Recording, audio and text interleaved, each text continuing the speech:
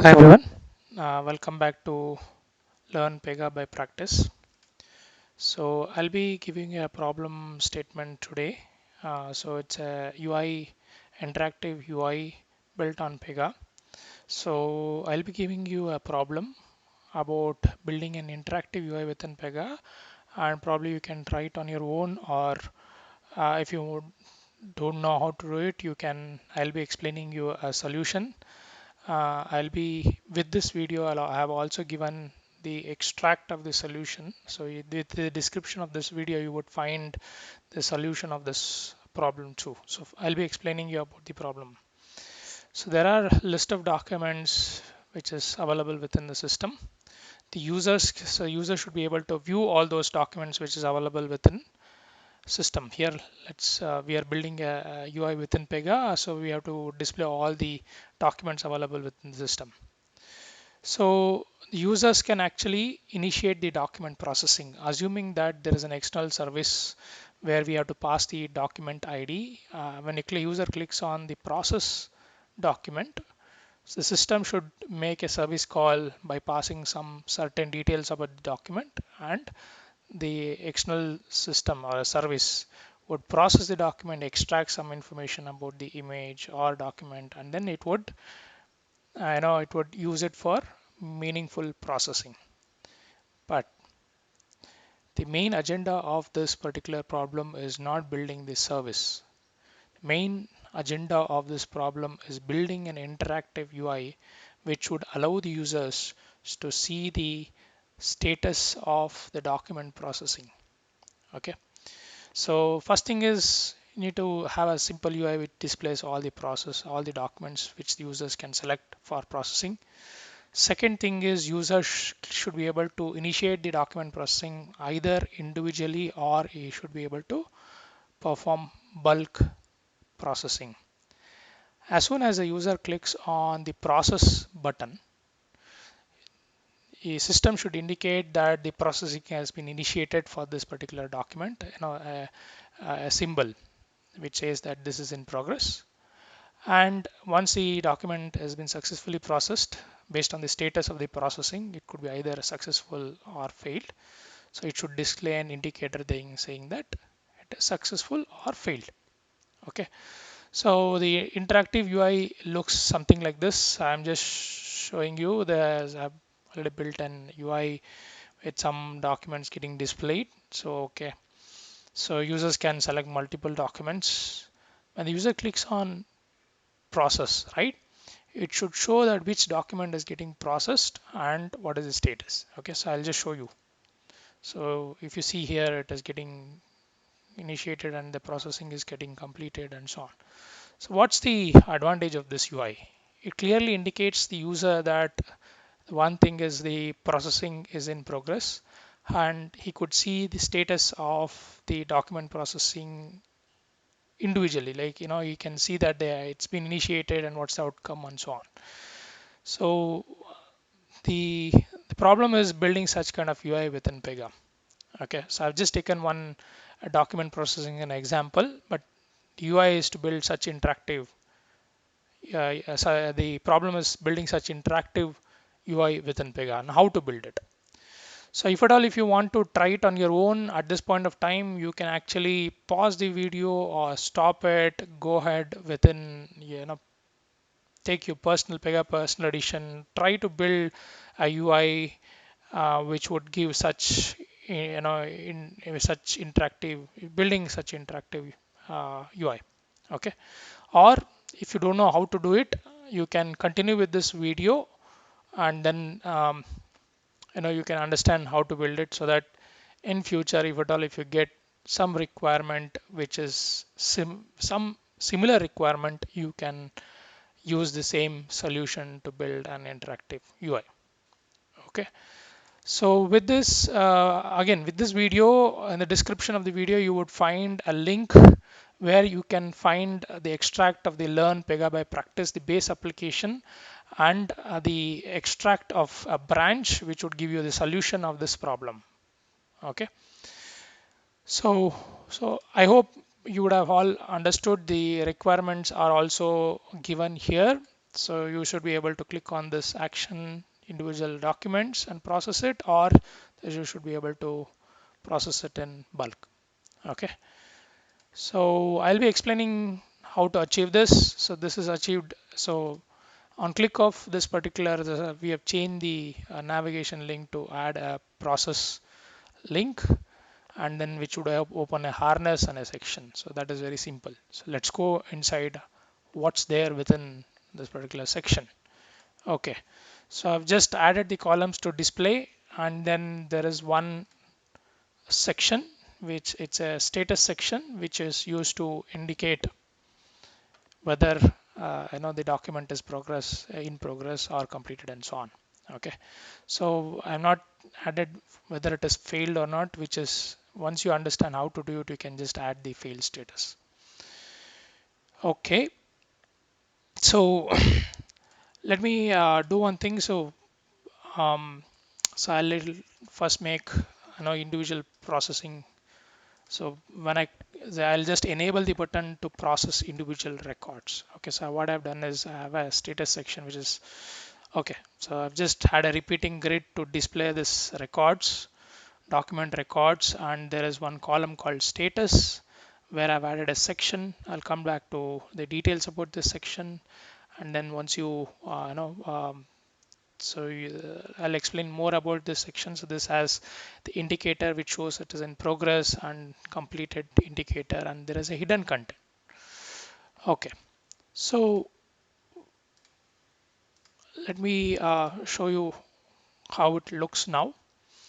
Okay, so now let's say user clicks on this button and there's an indicator which is shown, and when it is successfully completed, it shows completed symbol. So what I'm doing as part of this button, so I'm just setting the focus to indicate that this record is getting bit in processed. Set value. Okay, so the status value I'm setting it to in progress once you click on the button. So there is an hidden variable called status. Okay, so there is an hidden control which you can use to put the status, and when you click on this button, the hidden variable value gets set to in progress. So this indicator, which is an GIF image, okay, so I've also added this image as part of the solution, so you can use this image. So you can upload it as already part of the package, the solution package. So when the status, I've made the run visibility condition. That means whenever a value changes on your browser, right? So when the status is set to in progress, this GIF image gets displayed. Okay. So now when you click on this button, and I'm just setting the status values in progress, so that hidden value gets sent and run on visibility on the client. The client side, the script gets executed, and since the you know since the status is in progress, the GIF, the rotating GIF, the image is displayed. Okay, so now I'm running, once that value is set in progress, I'm running an activity in the background. So this activity is very simple, so I'm not calling any service and so on. So the use case is about calling a service which would take 5 seconds or 3 seconds and so on. So to simulate it, I've just added a wait shape saying that the process takes wait for 2 seconds, so that you can clearly see the interactive UI and so on. So at this place, you would call an external service by passing the document ID and so on. So that's not a big issue. So just to simulate such kind of things, I've added a wait, but in real time, you would have a service call by passing the document ID, which process the document, and the status is written, which might take 2 to 3 seconds. So once I'm just setting always the status as completed, but based on the service outcome, so you might set the status as completed or failed. Okay. So once the status is completed, so you are refreshing the row. So I'm using the disable submit on refresh. I'll explain you why, but I'm refreshing the current row. Okay. So when you refresh your current row, the activity based on the outcome of that particular activity, that is process document, if it is completed, then this particular section gets refreshed and these completed indicator gets displayed. Okay, so this is for the individual rows. Okay, so when I click on this row, so it's getting processed, and then the row, this document is successfully processed. Okay, so okay, um, so now, so you have understood now how the individual records now. When I click on the process process, or assume this in the process document button, the individual records gets processed. Now, how would I get the same kind of simulation when I do a bulk processing? Okay, so let's go to the button. So when I click on this button, so what I'm trying to do is I'm the same button which is used to process the individual records is getting triggered. So I have a button called process, right? So let's say this is also process.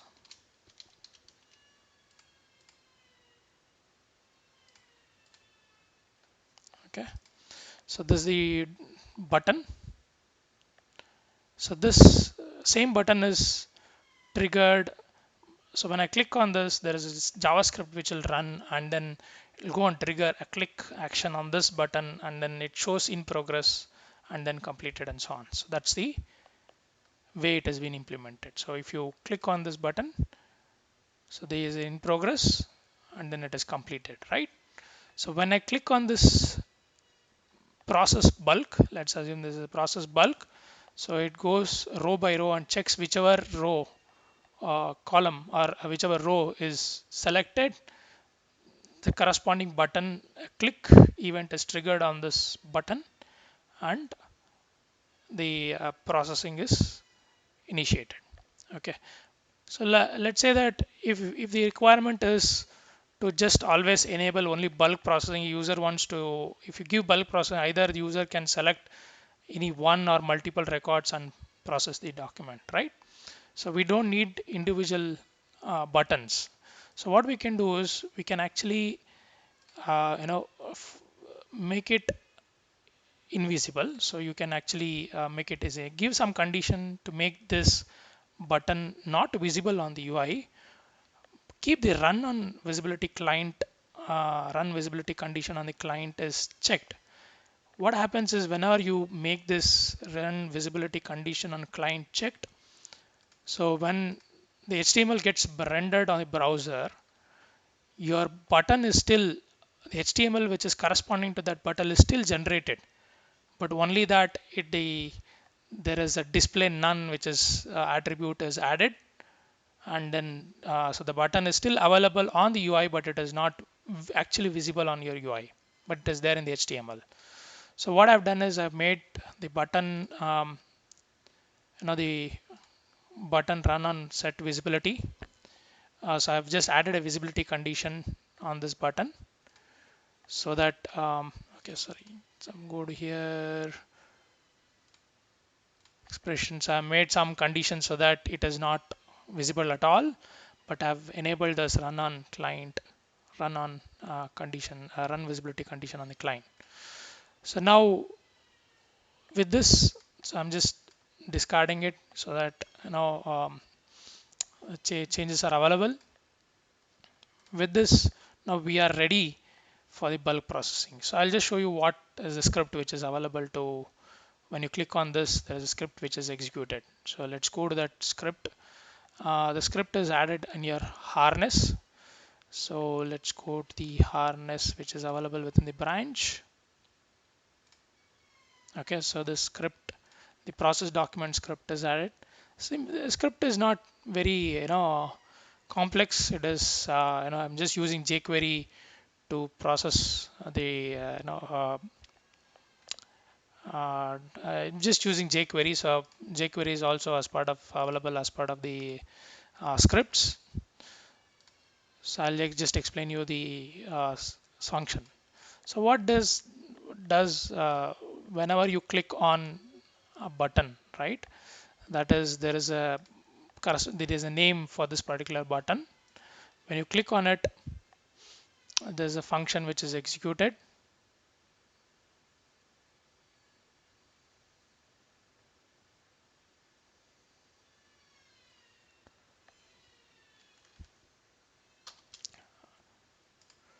Okay, so when you click on that button, so I've added this is the button name. Based on the name, script understands whether, so when you click on this bulk processing button and on click function, so just as of now, just forget about this piece of code. So I'll explain you why that code is introduced.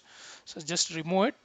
So when you click on that button, so it tries to find out all the buttons, that is the hidden buttons, which is there as part of the status column, right? Which you have seen here. The status section has a button, but it is not visible to the users, but it is available on the browser. So it takes it finds out all the buttons with this name, which with the name starting with this button, and for each of them it actually understands, it takes the name of the attribute and tries to find out the index. This code is to find out the index, so the index of that particular row. So once you get the index, we need to find out what is the element name for the checkbox, this particular checkbox. So this is the code which where we check if the checkbox name, and one based on the name we check if it is whether the checkbox is checked or not. If it is checked, then trigger click event on the button, right? So when you click on this, it finds out all the button names, which the name of the button starts with status document list.px results. So to find out this name, what you have to do is you have to go to your developer tool and then try to understand. So if you go here, so you would, there's a button here. So let me show you button.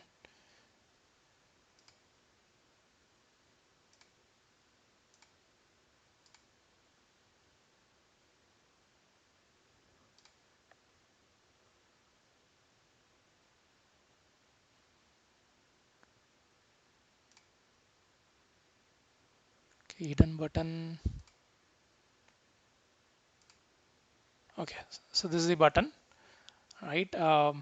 So this name, so you would understand if you see the name of the button starts with status underscore d underscore document list px results.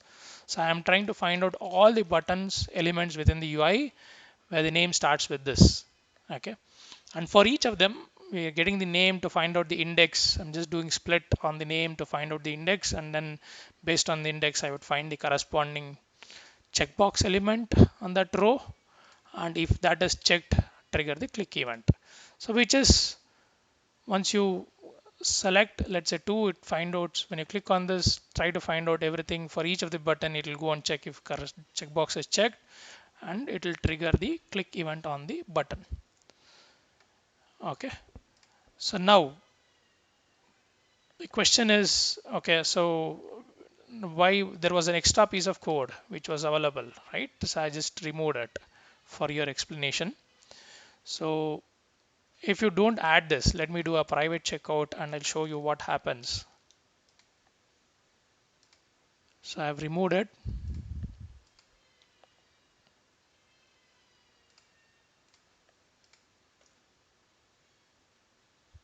So there is an Pega by default, whenever there is some event which is taking more time, it will actually show a wait uh, a wait indicator.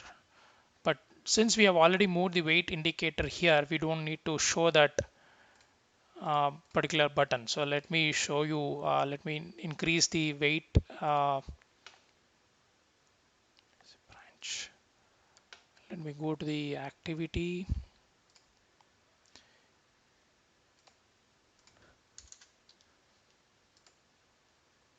So I've given 5 seconds, and then so now if you see, I already have a wait indicator for each row, but on top of it, Pega actually starts displaying that additional wait symbol. So if at all, if users are fine, it's good. But if you want to disable it, I've added an additional piece of code where I'm just disabling when the user clicks on that, I'm just removing that function which actually displays. I'm setting a function where that image doesn't get displayed. So with this,